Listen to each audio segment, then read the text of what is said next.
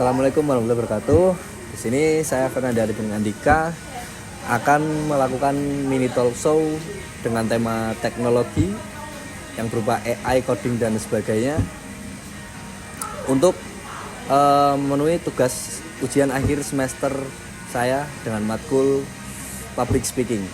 Dan di sini saya bersama 3 teman saya dan kebetulan 2 teman saya dari bidang studi yang berbeda, namun mereka ingin mengetahui teknologi yang semakin maju ini. Bagaimana? Apakah ada yang mau ditanyakan dari Mas? Saya.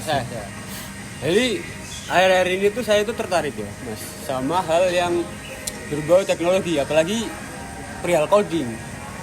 Karena bagi saya toh coding itu mungkin biarpun kami bukan mahasiswa jurusan teknologi, tapi bagi saya itu kayak basic coding itu menarik buat dipelajari. Soalnya di coding itu bagi saya itu bukan sekedar kayak ngapalin, tapi melatih logika. Ya, benar sih itu, Mas. Nah, jadi kan kalau misalkan yang setahu saya itu pokoknya melatih logika. Lah kebetulan kalian berdua kan dari jurusan TI. Saya tuh mau tanya-tanya soal kayak misalkan nih, saya kan berarti di dunia coding itu masih awam banget, masih nggak tahu, bahkan software buat menjalanin coding aja itu kayak bingung kan. Saya terus terang belum pernah. ya. Nah, kira-kira kalau saya punya ketertarikan dalam hal itu kira-kira apa sih kayak jembatan awal biar saya tuh bisa masuk ke dunia itu? Siapa tahu Mungkin ya, kalau untuk apa ya, untuk ketertarikan itu setiap orang tuh pasti memiliki hasrat dan minat tersendiri ya. Dan kita juga gak bisa menafikan bahwasanya orang tuh harus apa ya, tertuju pada jurusan atau harus memahami lebih dalam tentang jurusan yang dia minati gitu. Bisa aja dia lintas jurusan nih atau lintas minat. Misalkan dari yang rekan saya Ardi dan Mas ini ya pertanian dari agroteknologi ini.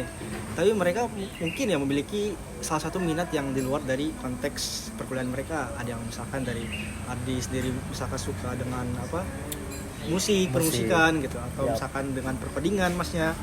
Sebenarnya nggak ada permasalahan untuk itu ya, Mas. Dan juga mungkin kalau misal kita ngelirik orang-orang yang sekiranya tuh emang mencari pekerjaan, juga banyak dari mereka yang lintas jurusan juga gitu. Ada yang perkuliahannya di jalur hukum, namun misalkan mereka bisa aja jadi programmer gitu kan. Nah, itu semua mungkin ya jatuhnya lebih ke minat dan bakat dari mereka masing-masing gitu. Jadi keseharian mereka dipenuhi dengan hobi-hobi mereka yang suka ngoding apa gimana, dan itu juga gak salah sebetulnya ya. Dan juga untuk perkembangan teknologi perkodingan sekarang juga kan ditambah dengan implementasi AI gitu kan. Nah, itu justru lebih bagus gitu, meningkatkan kualitas dari mereka-mereka yang bukan dari jurusannya tapi ingin menelaah lebih lanjut tentang coding. Ya, minat lah ya, Mas. Ya, minat gitu. Nah, justru ya saya juga sependapat ya. Saya juga lebih setuju gitu kalau misalkan mereka walaupun tidak sesuai konteks penjurusannya, namun mereka minat, justru lebih bagus gitu. Dan kalau untuk bicara soal jembatan buat masuk? Jembatan untuk masuknya, mungkin ya kalau untuk dari saya pribadi yang saya juga mungkin ya sedikit memiliki pengalaman akan hal itu gitu ya. Ya itu tadi lebih ke niat kita dan juga usaha kita dalam mendalami suatu hal itu. Mungkin ya setiap hari berprogres ya, dari mulai kalau untuk codingannya teknisnya itu kayak ada HTML, CSS, JavaScript gitu ya. Nah, bisa aja kita hari pertama belajar HTML, hari kedua belajar CSS, hari ketiga belajar JavaScript gitu ya. Ya. Nah, itu semakin hari semakin meningkat, dan itu jadi motivasi mereka juga untuk terus berlanjut gitu. Nah, sih. Mas, Masnya kan tadi kan nyebutin kayak JavaScript, HTML gitu kan. Mungkin Mas N ini masih lumayan awam kan, kayak nggak tahu JavaScript itu apa, HTML itu apa. Sebenarnya definisi HTML sendiri sama JavaScript itu apa, Mas? Kalau untuk itu sih lebih ke ranah web developer ya. Website developer, yang dimana HTML, CSS dan JavaScript itu merupakan komponen basic Ya. dari suatu developer website yang bisa membuat suatu website menggunakan ya ketiga komponen itu. Baik, Gitu. baik. Jadi seperti itu Mas Arda tentang seputar codingan. Berarti secara alas itu kalau mau belajar coding itu satu niat, dua tekun berarti. Mas? Ya, niat, tekun, dan terus konsisten. Nah, kalau misalkan nih coding kayak ini disebutin HTML lah, terus CSS lah, sama satu lagi ya JavaScript lah. Itu untuk apa ya Mas? Kayak misalkan aku tuh pernah dengar tuh kayak JavaScript itu kan misalkan bikin satu website. Ya. Yang aku pernah dengar kayak misalkan profil perusahaan yang di dunia pekerjaan kan kayak dicari tuh di freelance juga kan kadang ada yang nyari kan. Nah, misalkan saya sudah bisa tuh ngodingnya, ya kan. Nanti selanjutnya itu gimana Mas? Kayak gimana jelasnya itu? Gimana tuh? Alur lebih lanjutnya mungkin. Iya, kayak ada stepnya nggak Mas? Yang coding sudah selesai nih.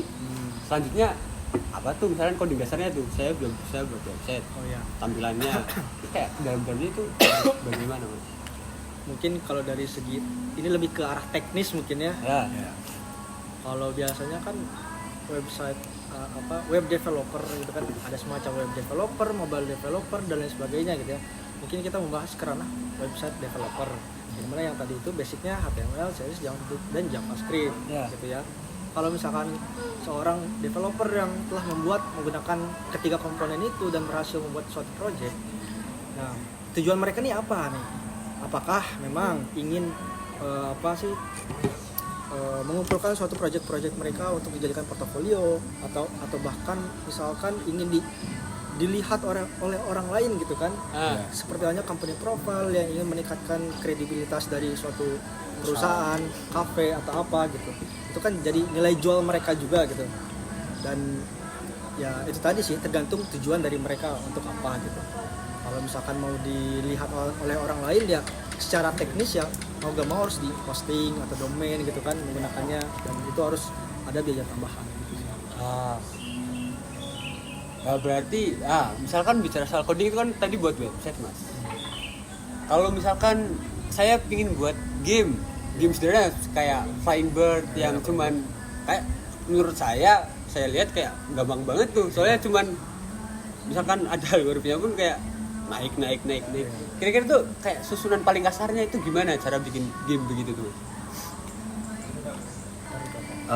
Jadi setiap codingan itu tujuannya beda-beda Mas.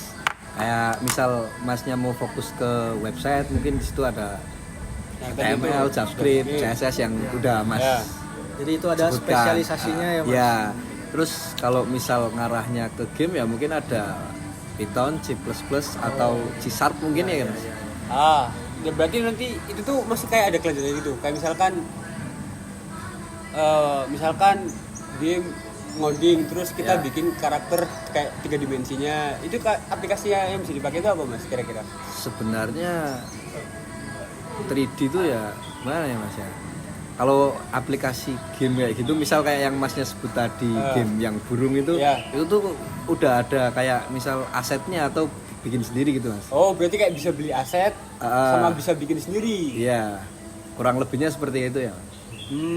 Lah kira-kira kalau misalkan bikin sendiri tuh pakai apa Mas? Kayak aplikasinya?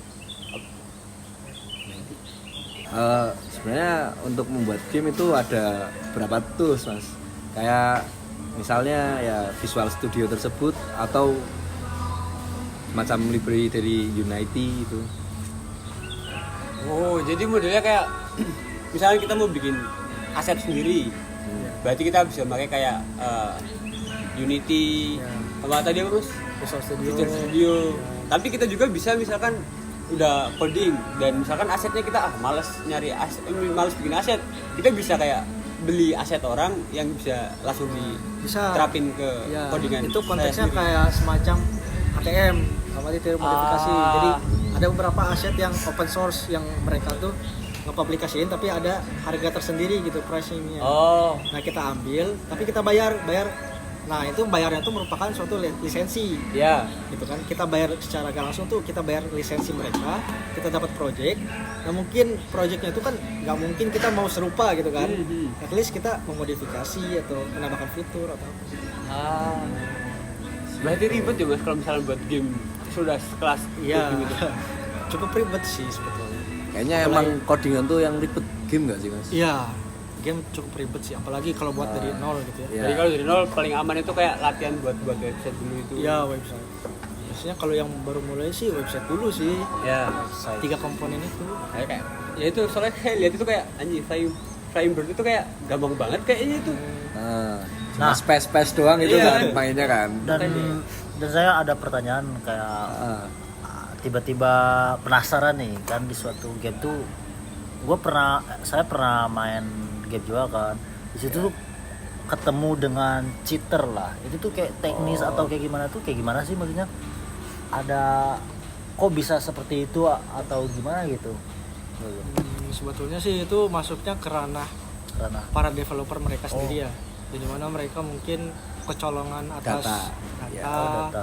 atas ya mungkin security development mereka tuh kurang lah gitu ya, masih kurang. less ya. Jadinya mungkin ada kerentanan dari mereka ada, dan itu mungkin ya salah satu kesalahan yang dimiliki oleh mereka sendiri gitu. Kenapa kok bisa bocor, kenapa kok bisa ini gitu kan. Jadi bukan salah dari hackernya sebetulnya gitu. Dari sistem yang kita implementasikan kok belum secara penuh gitu. Dari sisi security-nya gitu sih. berarti sama kayak bug juga berarti ya. Ya mungkin kurang lebih. Gitu ya. Kalau bug sih nggak ada nggak ada keterkaitan dengan pihak luar ya. Iya. Yang misalnya ingin jahil gitu. Kalau bug kan lebih ke sistem kita sendiri yang ada error kah atau code-nya yang kurang ini gitu ya. Oh iya Para iya, masuk akal developernya ya, sendiri Bang. harus kita memperbaiki atau nge-fix code tersebut gitu.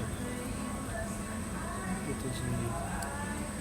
Berarti kalau misalnya kita pengen benar-benar terjun ke ranah itu tuh, untuk mulai belajar tuh JavaScript dulu berarti ya. Ya bisa jadi. Ya sebetulnya Atau nggak malah JavaScript. HTML aja itu HTML, basicnya ya. Sebetulnya nggak ada acuan atau nggak ada apa ya. Ya nggak ada acuan untuk kita tuh belajar harus Belajar dari mana apa dulu. gitu ya kan mas, Iya. asal ya kalau Ya, emang minatnya kalau memang minat kan mau belajar ya. secara gak langsung kan kalau untuk programming itu nggak jauh dari apa ya, algoritma logika ya. Nah, Bahasa maka komputer mungkin ya, ya. bisa jadi kayak Oke. selain lintas jurusan dari perkuliahan kan bisa aja lintas jurusan dari si para developer. Kan developer tuh ada banyak ya, ada mobile, ada website. Bisa aja misalkan programmer dari si mobile tuh lintas minat nih ke mobile, dari mobile misalkan lintas minat ke website, dari website ke game, kan bisa jadi itu. Oke. Gitu. Oke, jelas. Nah, saya juga bisa bertanya mas. Ini sebenarnya pertanyaan pribadi ya. Karena kalian berdua kan secara langsung kan menekuni hal ini tuh dari dunia teknologi. Ngomong AI mas. Ngomong AI nih. AI ini Kayak sekarang kan AI udah bisa semuanya tuh. Kayak mau generate foto udah kah, maju banget lah ya mau ibaratnya generate- teknologi iya, sekarang. mau generate video kah atau apa kah. Itu bahkan setahu saya tuh coding pun sekarang AI misalkan kita ngasih prompt, dia bisa ngasih kita langsung file codingan tuh, jadi sudah kita pakai. Iya. Nah kalian itu kan berarti orang yang menekuni bidang itu tuh. Jadi nyikapinya gimana mas? Kayak apa takut kah misalkan tiba kayak aduh aku udah belajar begini percuma dong misalkan langsung ada orang misalkan mau bikin website tinggal minta AI kita buatin gimana mas? Masnya itu nyikapin hal gitu gimana kira-kira ya? Mungkin kalau misal diomong apa ya, takut itu ya mungkin banyak orang yang takut karena ya AI sekarang kan juga mungkin ada bahayanya ya, yang kayak misal foto kita pribadi gitu kan bisa dibuat kayak ya yang macam-macam gitulah, yang vulgar gitu ya. Cuma ya tergantung orang menyikapinya aja sih mas, ya sih. Ya betul. Kayak kalau mereka menggunakan AI itu secara positif ya hasilnya malah menurut saya positif bagus gitu. Nah kalau buat mas sendiri kan berarti AI itu kalau bisa dibilang kan bakal jadi pesaing mas sendiri loh. Kalau misalnya AI kan belum bisa buat nyangkul loh. AI disuruh nyangkul kan belum bisa, tapi kan AI misalnya diminta tolong buatkan saya coding untuk buat laman website misalkan. Dia kan bisa tuh. Lah masnya kan berarti ibarat dapat saing berat tuh. Misalkan mas buat begitu satu malam, AI bisa buat begitu kayak 5 menit kan. iya Nah, gimana sih, tuh? AI kan Kalau emang Mas bisa pribadi, buat, AI ya. kan memang bisa buat dari promnya tersebut. Cuma kan kayak buat back end ya nggak sih Mas? Back end itu belum tentu AI-nya bisa. Oh, jadi masih kayak Cuma ya halaman web awal doang gitu loh Mas, kayak cuma ya begitulah kalau dari AI-nya itu. Yang saya tahu ya seperti itu. berarti secara nggak langsung itu kayak ya aman aja. Jadi ya mungkin apa ya, Gimana? kalau untuk soal itu sih lebih ke arah perspektif orang berbeda ya. Ya. Terlebih mungkin saya sebagai programmer gitu Ah. atau mungkin rekan saya juga sebagai programmer, ya dimana apa ya, sikap atau menyikapi terkait hal tersebut tuh kan bisa aja itu merupakan suatu ancaman bagi mereka, bisa juga merupakan suatu ya ibarat apa ya konteksnya tools atau anugerah lah ibaratnya. Anugerah untuk memudahkan pekerjaan mereka. Dan bahkan ya apa beberapa riset yang saya telah atau yang saya tahu ya terkait juga rekan-rekan saya, malah yang emang sekiranya atau bahkan ada asdos gitu, asisten dosen yang mungkin pengetahuannya lebih mungkin ya dari saya, itu mereka menjadikan AI itu atau bahkan mungkin dosen juga tuh yang menjadikan AI itu sebagai tools untuk mempermudah apa ya mencari ilmu atau kalau untuk para pekerja itu memudahkan pekerjaan mereka gitu kan. Jadi itu konteksnya bagi orang yang optimis dan pesimis gitu. Kalau misalkan optimis menyikapinya, oh ini saya bisa membuat website dalam hitungan waktu sekian sehingga saya bisa meningkatkan apa ya nilai kepuasan dari seorang klien gitu. Kok kerjanya bisa cepat gitu kan. Kalau misalkan orang pesimis terhadap AI, terhadap perkembangan zaman gitu, yang dia mau gak mau harus menggeluti di dunianya sendiri gitu, di zamannya sendiri gitu kan, gak mau ngikutin zaman gak mau ngikutin zaman, jadi nggak tahu gengsi lah atau apa gitu kan, setiap orang berbeda ya. Nah itu ya bisa jadi hambatan untuk mereka sendiri gitu.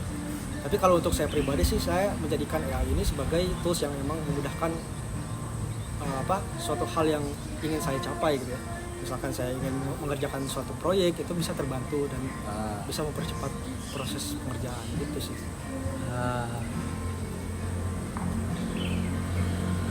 Kalau dari saya ada pertanyaan buat Mas Aceng sama Mas Arda. Kalau misalkan kayak AI kan sekarang udah yang paling ini banget lah di teknologi. Misal kayak anak-anak sekarang kayak anak SMP gitu, SMA, menurut Masnya menyikapinya gimana kalau misal kayak ujian gitu di kelas tapi mereka kayak ya menggunakan misal kayak ChatGPT gitu kan. Itu menurut Mas kayak menyimpang atau gimana dari segi itunya? Kalau menurut saya ya saya juga setuju akan pernyataan dari Mas Aldi. Mengikuti zaman, pemanfaatan sebagai tools untuk mempermudah gitu kan. Setuju, cuman yang menjadikannya masalahnya tuh itu menjadikan seorang tuh untuk malas karena sudah dikasih kemudahan, dia jadi bermalas-malasan untuk membaca mungkin atau apa gitu kan. Sebenarnya tools itu tuh kan, AI itu bagus juga buat anak kecil gitu, maksudnya ya untuk sekolah gitu kan. Itu juga gimana kita nyikapinya ya mungkin kontrol aja sih sebenarnya. Banyak kontrol Kontrol aja sih menurut saya ya. Itu Kalau dari Mas En sendiri gimana?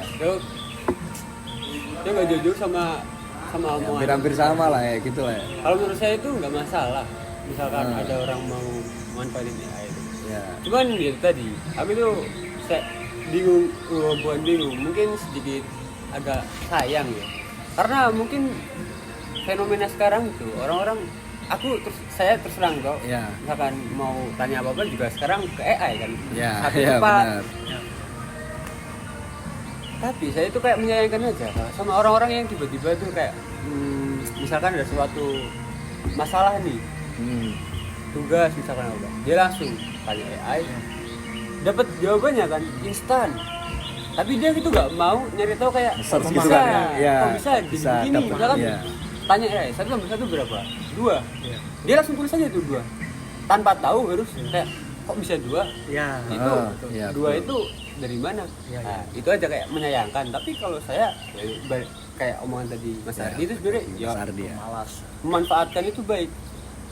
Cuman ya tadi kayak menyayangkan saja soalnya yang sering-sering itu kayak begitu. Jadi kayak Karena mungkin dari dari mayoritas orang tuh melihat fenomena tersebut tuh kayak dampaknya tuh negatif gitu ya. Soalnya kan Iya. dari sepengetahuan saya melihat ada beberapa juga yang sekiranya memanfaatkan teknologi itu bukan menjadi bagian yang sekiranya bisa Alat bantu. alat bantu dia gitu untuk jauh lebih berkembang, malah jadi jauh lebih pemalas jatuhnya gitu. Iya. bergantung. Iya gitu. Jadi bergantung. Sesimpel ada tugas atau PR misalkan, kalau cuman ngisi yang penting beres gitu kan. Di pikirannya tuh yang penting beres. Ya udah dia cuman copy paste gitu. Itu kan jadi secara gak langsung kan buat otak dia tumpul gitu kan. Iya.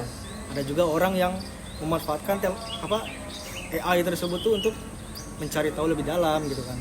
Itu balik lagi ke perspektif orang pribadi sih.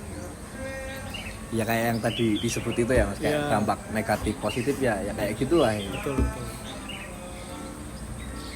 Tapi itu juga bahkan kan AI juga bisa merambat ke ranah selain dari ini ya